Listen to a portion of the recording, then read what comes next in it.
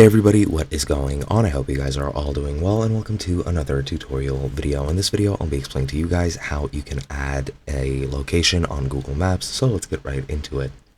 Now, I'll just be showing you this on PC. You can do this on mobile as well. I won't be actually adding a place simply to not interfere with anything. The place would most likely get deleted at a later date, but I'm just going to show you guys how you can add it, so let's get right into it. So for example, let's take Central Park as an example, and let's say I want to add a location, I don't know, here.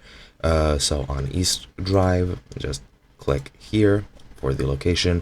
It's going to show you the address and everything, and as you can see, there is no button to add a location right now. However, if we go and hover over the pin, right click, you can click here to add a missing place. You can tap and hold on mobile phones, and that'll give you the exact same option.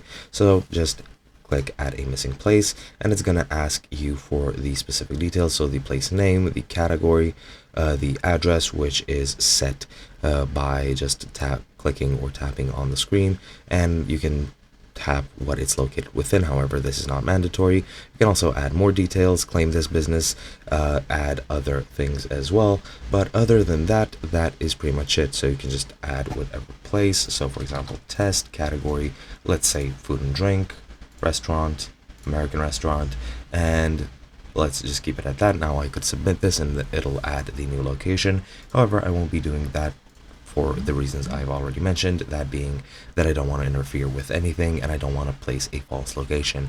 And other than that, that is pretty much it. Hope you guys enjoyed, and I'll be seeing you guys in another video.